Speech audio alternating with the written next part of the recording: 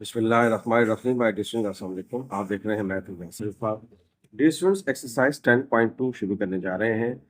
Differential equations का solution कैसे find करते हैं by using the separating the variable. इसका क्या मतलब हुआ कि आपने डी वाई के पास वाई को शिफ्ट करना है और डी एक्स के पास तमाम एक्स होने चाहिए, यानी कि सेम इंडिपेंडेंट वेरिएबल उसके पास होना चाहिए। तो उसके लिए we have to apply all algebraic techniques there. ये हो जाएगा टेंजेंट वाई डी वाई, ये आप बिल्कुल करीब है, सही है। This is D x over x. तो आप देख रहे हैं कि हमने वेरिएबल को सेपरेट कर लिया। अब उसके बाद आपने क्या करना है, डी एक्स के पास सारे एक्स आ गए, डी वाई के पास सारे वाई आ गए। उसके बाद आपको इसको इंटीग्रेट करना। तो ये क्या हो जाएगा, टेंजेंट वाई डी वाई, ये हो गया 1/x इंटू डी एक्स, एक ही बात है। तो अब आप देख रहे हैं कि ये हो गया टेंजेंट वाई, इसका इंटीग्रेशन करेंगे और 1/x का इंटीग्रेशन करेंगे। तो टेंजेंट वाई का इंटीग्रेशन क्या होता है, एल एन सेक वाई, जो भी एंगल दिया हुआ है, ये टेंजेंट का फार्मूला है। 1/x का इंटीग्रेशन क्या होता है, एल एन एक्स होता है। उसके बाद फिर हम कांस्टेंट ऑफ इंटीग्रेशन लगाते हैं। अब ये ज़हन में रखिएगा कि हम जब सब एल एन है तो मैं सी लिखूंगा नहीं, बल्कि सी के साथ एल एन सी लिख दूंगा। तो सी का मतलब भी कांस्टेंट और एल एन सी का मतलब भी कांस्टेंट। इसका फायदा क्या होगा कि जब सब जगह एल एन हो तो कांस्टेंट के साथ भी एल एन लगा दिया करें तो वो ज़्यादा फर्दर सिंप्लीफाई हो जाएगा। ये ज़हन में रखिए, ठीक है स्टूडेंट्स। तो ये हो गया एल एन सेक वाई। अब एल एन की प्रॉपर्टी क्या है कि प्लस जो है वो किस में हो जाता है, मल्टीप्लाई में हो जाता है। तो ये प्लस था तो क्या हो गया, मल्टीप्लाई। ये एल एन से कैंसिल हो गया। ये मेरे पास क्या आ गया, sec y is equal to c x. This is the solution और द आंसर ऑफ दिस। तो आपने जो बात याद रखनी है वो ये कि जब सबके साथ एल एन है तो फिर जो आर्बिट्रेरी कांस्टेंट सी यूज करते हैं ना, उसके साथ भी एल एन लगा लें, ठीक है। और तरीकाकार क्या होगा कि जो भी आपको क्वेश्चन दिया हुआ है, इंडिपेंडेंट वेरिएबल के विद रिस्पेक्ट उसको सेपरेट करना है, यानी कि डी वाई के पास सारे वाई होने चाहिए और डी एक्स के पास सारे एक्स होने चाहिए। तो उसके बाद सिंपल इंटीग्रेशन के रूल्स अप्लाई हो। आइए अगले पार्ट पे चलते हैं। Again the same situation here, second part of the same exercise. देखें डियर स्टूडेंट्स, ये है cos y dy x square plus 1, sine y x और डी एक्स। तो मैंने क्या कहा था कि डी एक्स के पास सारे एक्स होने चाहिए और डी वाई के पास सारे वाई होने चाहिए। तो हमने इसको अलजेब्रिकली सॉल्व करना है, इसको उधर शिफ्ट कर देते हैं। तो ये हो जाएगा sine y of d x equals to minus x square plus 1 of cos y d y. तो अब ये साइन वाई मल्टीप्लाई इधर आकर डिवाइड हो जाएगा और ये माइनस एक्स स्क्वायर प्लस 1 को इधर शिफ्ट कर देते हैं। तो ये हो जाएगा आपके पास minus x square plus y और ये हो गया cos y over sine y d y. तो अब आप देख रहे हैं कि cos y upon sine y क्या होता है, कॉट वाई, इधर लिख देते हैं, ऑफ डी वाई। और ये हो गया minus x over x square plus 1 और डी एक्स। तो अब आप देख रहे हैं कि हमने वेरिएबल को with respect to independent variable separate कर लिया। डी एक्स के पास सारे एक्स आ गए और डी वाई के पास सारे वाई आ गए। उसके बाद फिर आपने क्या करना है, आपने साइन ऑफ इंटीग्रेशन को अप्लाई कर देना है। आप जैसे ही साइन ऑफ इंटीग्रेशन को अप्लाई करेंगे तो मोस्टली क्वेश्चन जो हैं वो सिंपल तरीके से इंटीग्रेट। अब इसको लेट कीजिए, ऊपर डेरिवेटिव मौजूद है, कॉट का इंटीग्रेशन डायरेक्टली आगे चलते हैं। ओके स्टूडेंट्स, कॉट वाई का इंटीग्रेशन तो डायरेक्ट हो जाएगा एल एन साइन वाई। अब इसको आप लेट कीजिए, टी, तो ये हो जाएगा d t upon D x. Differentiate कर लेते हैं। एक्स स्क्वायर का डेरिवेटिव क्या होता है, 2x, तो एक्स डी एक्स आ गया। 2 को इधर शिफ्ट कर देते हैं। फंक्शन के साथ डेरिवेटिव दिया हुआ हो तो हम उसको इस तरह से इंटीग्रेट करते हैं। ये हो गया एक्स। अब आप देख रहे हैं कि क्वेश्चन में थोड़ा सा चेंज आ गया। क्या चेंज आ गया, कॉट वाई अपनी जगह एज इट इज रहेगा, डी वाई अपनी जगह रहेगा, माइनस एज इट इज रहेगा। अब देखें students, D x x d x किसकी इक्वल हो गया, डी टी अपॉन 2। ठीक, ये आपको ऐसी जगह वैल्यू आ गई। और आपने एक्स स्क्वायर प्लस 1 को आपने क्या लेट किया था, 1/t। थोड़ा तरतीब बना लेते हैं इसकी।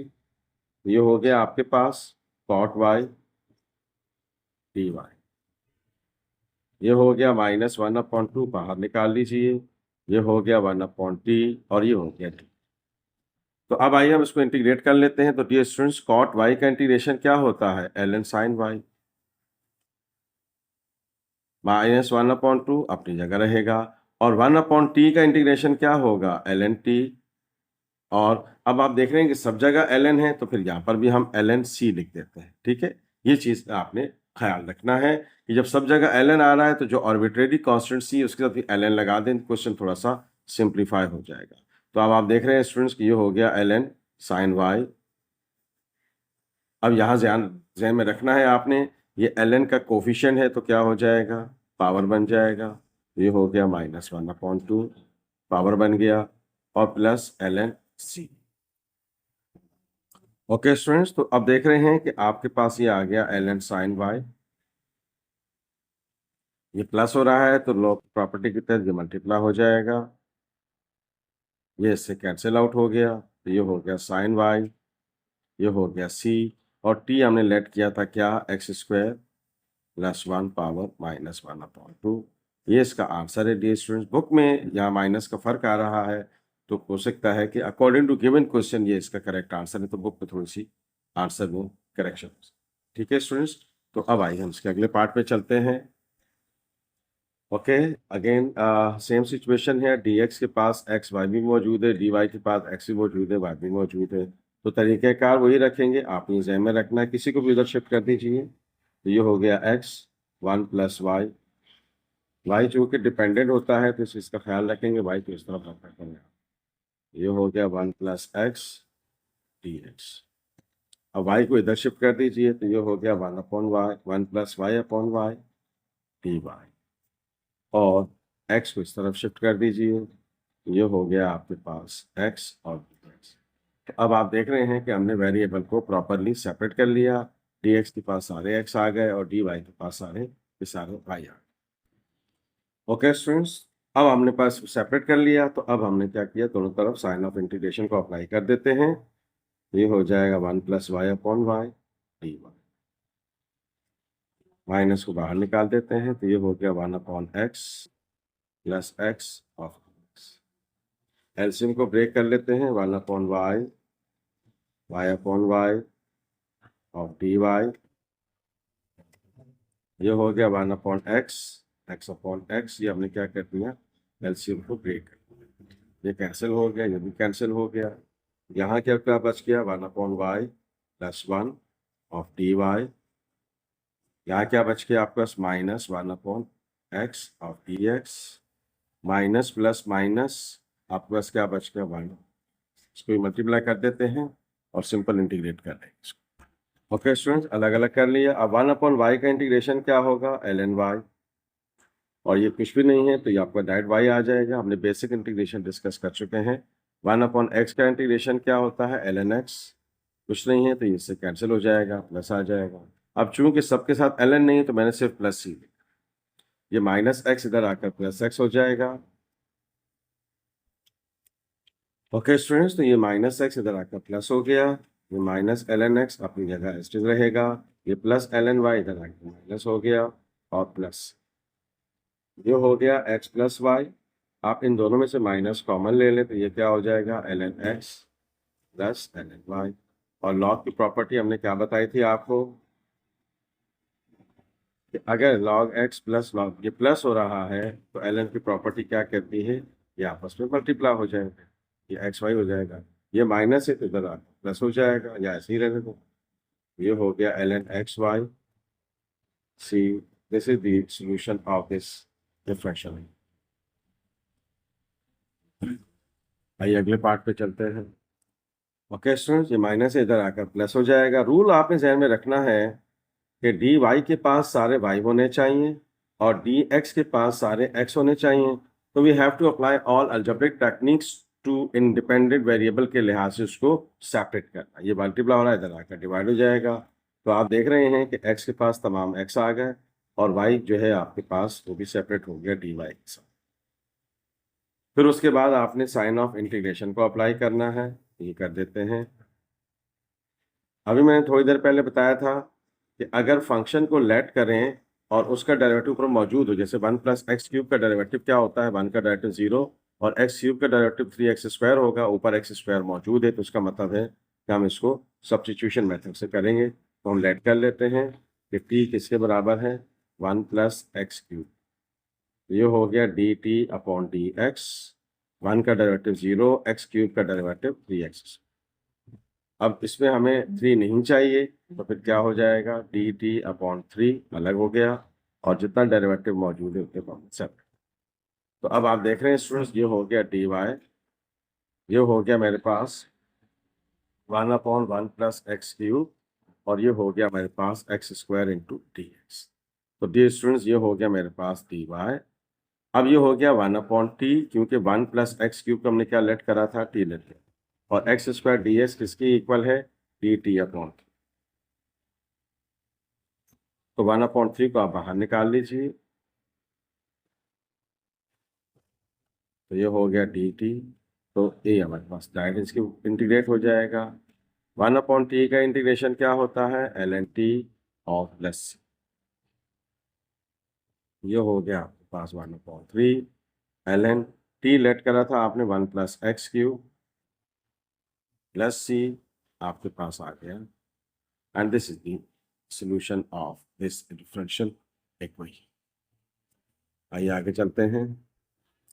Okay students, now come to the fifth part here. तो अब देखें, ये x y d y multiply हो रहे हैं और ये आपस में मल्टीप्लाई हो रहे हैं। ये y+1 को इधर शिफ्ट कर देते हैं और x को हम इस तरफ शिफ्ट कर देते हैं, तो ये हो जाएगा y/y+1 ऑफ dy, और ये हो गया 1 - x/x ऑफ x। तो अब आप देख रहे हैं स्टूडेंट्स कि यहाँ तो हम बड़ी आसानी से एलसीएम को ब्रेक करके कर लेंगे, लेकिन यहाँ y ऊपर आ गया, y+1 नीचे आ गया। ठीक है, तो आइए हम फिर इसको देखते हैं। तो अब आइए हम इसको लेट कर लेते हैं और इसको एक छोटी सी डिफरेंट टेक्निक से सॉल्व करेंगे। ये हो गया dt/dy, y का डेरिवेटिव 1 होता है, 1 का डेरिवेटिव कांस्टेंट, तो ये डिफरेंशिएट कर लिया हमने dy। ख्याल रहे स्टूडेंट्स, हम थोड़ा सा उसको डिफरेंट टेक्निक से कर रहे हैं, और यहाँ से हमने y की वैल्यू भी निकाल ली। प्लस वाई इधर आकर क्या हो गया, +1 इधर आकर क्या हो गया, -1। तो अब आप देखिएगा कि हमने दो सपोजिशंस की। नंबर 1, y की जगह y की वैल्यू पुट करनी है। नंबर 2, dy किसके इक्वल हो गया, dt के, और y+1 को हमने क्या लेट किया है, t लेट। तो अब आइए हम इनकी जगह इनकी वैल्यूज पुट कर देते हैं, तो क्वेश्चन आसानी से सॉल्व हो जाएगा। y की जगह हमने रख दिया t माइनस को, नीचे वाले को हमने क्या लेट किया था, y+1 को, t लेट किया था, तो ये आ गया, और y किसकी इक्वल है, dy dt को। आप देख रहे हैं कि हमने इसको सिंप्लीफाई कर बड़ी आसानी से। अब आप इसका एलसीएम को ब्रेक कर लें, जैसे इससे पहले कर चुके हुए हैं हम। ये हो गया t - t 1/t t। Same situation here as well, 1/x - x/x ऑफ x। ये इससे कैंसिल हो गया, तो ये बच गया मेरे पास 1 - 1/t ऑफ t। यहाँ पर ये कैंसिल हो गया, तो क्या बच गया आपके पास, 1/x - 1 ऑफ dx। फिर इसको हम अलग अलग कर लेते हैं, तो ये हो गया dt - 1/t ऑफ dt। ये हो गया 1/x of dx of dx। अब आप देख रहे हैं स्टूडेंट्स कि हमारे पास ये डायरेक्टली इंटीग्रेट हो जाएगा। ओके स्टूडेंट्स, तो हमने वही स्टेप को दोबारा लिखा है। इसका इंटीग्रेशन क्या हो जाएगा, टी आर, 1/t का इंटीग्रेशन ln t, 1/x का इंटीग्रेशन ln x, और ये इससे कैंसिल हो गया, तो x बच गया, plus c is the constant of. ये -x इधर आकर क्या हो जाएगा, +x, ये -ln t है, इधर आकर क्या हो जाएगा, +ln t, और फिर बाद में उसको देख लेते हैं। तो अब देखिए स्टूडेंट्स, ये हो गया t + x, ये मल्टीप्लाई और प्लस है तो मल्टीप्लाई हो जाएगा, n प्लस। अब आप देखें स्टूडेंट्स, t आपने क्या लेट किया था, t आपने लेट किया था y+1, ये हो जाएगा x ln t की जगह आपने लिखा y+1 इंटू x प्लस। ये आपके पास क्या हो गया, x प्लस वाई प्लस 1, और ये हो गया ln, ये हो गया x y plus x plus c. इधर शिफ्ट कर दें, ऐसे ही रहने दें, आपकी मर्जी है। तो ये हो जाएगा x plus y plus 1 minus ln x plus y equals to c. अब यहाँ एक चीज है, में रखिएगा, बुक के आंसर में यहाँ 1 नहीं लिखा हुआ, ठीक है ना। तो अब देखें c क्या है, कांस्टेंट, 1 क्या है कांस्टेंट, तो c प्लस 1 भी क्या होगा, c होगा। तो इसलिए उन्होंने 1 को हटा दिया, लेकिन मेरे पॉइंट ऑफ व्यू से यहाँ 1 को आप रहने दें, ताकि जो है हमारे सामने इसकी सिचुएशन चेंज ना हो, ठीक है। तो अगर आप 1 नहीं लिखते तब भी आपका आंसर सही होगा, लेकिन 1 लिखेंगे तो दैट शुड बी बेटर के 1 लिखना चाहिए, ठीक है। अब आइए अगले पार्ट पे चलते हैं। ओके स्टूडेंट्स, अब आइए इसके नेक्स्ट पार्ट पे चलते हैं। यहाँ से आप वाई स्क्वायर कॉमन ले लीजिए,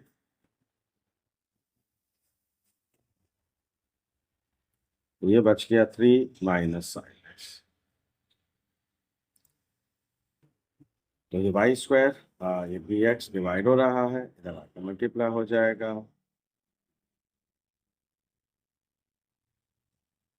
इस वाई को इधर शिफ्ट कर देते हैं,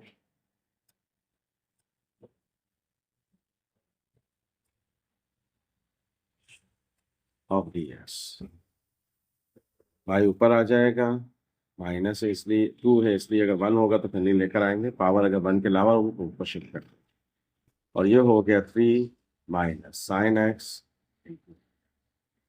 अब हम क्या करेंगे, साइन ऑफ इंटीग्रेशन अप्लाई कर देते हैं। वाई के पास डी वाई आ गया, एक्स के पास तमाम एक्स आ गया।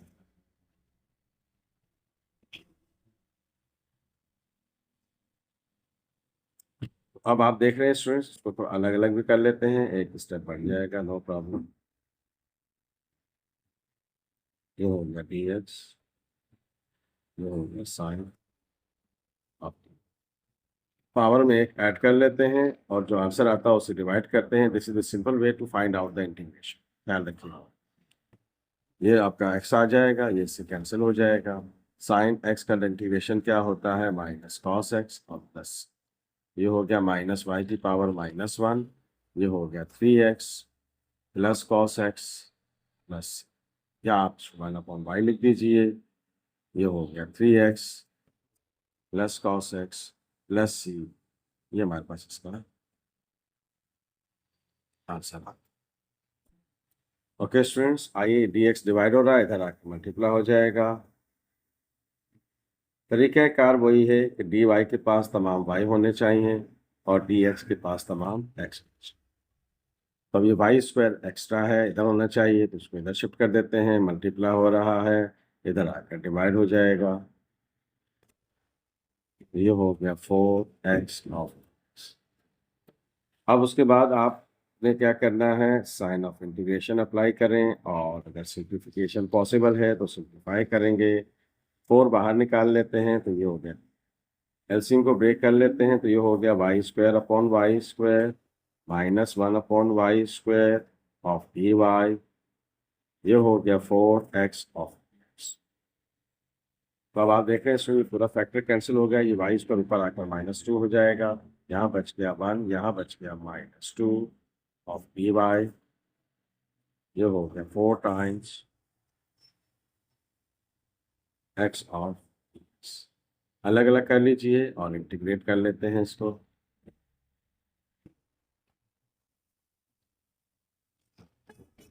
ऑफ x, तो ये हो गया आपका y। यहाँ पर मैंने क्या कहा था, पावर में एक ऐड कर देंगे, जो आंसर आएगा उससे डिवाइड कर देंगे। ये x की पावर 1 है, तो पावर में एक ऐड कर दिया, जो आंसर आएगा उससे डिवाइड कर देंगे, प्लस ये माइनस माइनस प्लस हो गया, y की पावर -1, ये 2 2 का 4 हो गया, तो ये हो गया 2x स्क्वायर प्लस सी, या आप चाहें तो इसको लिख दें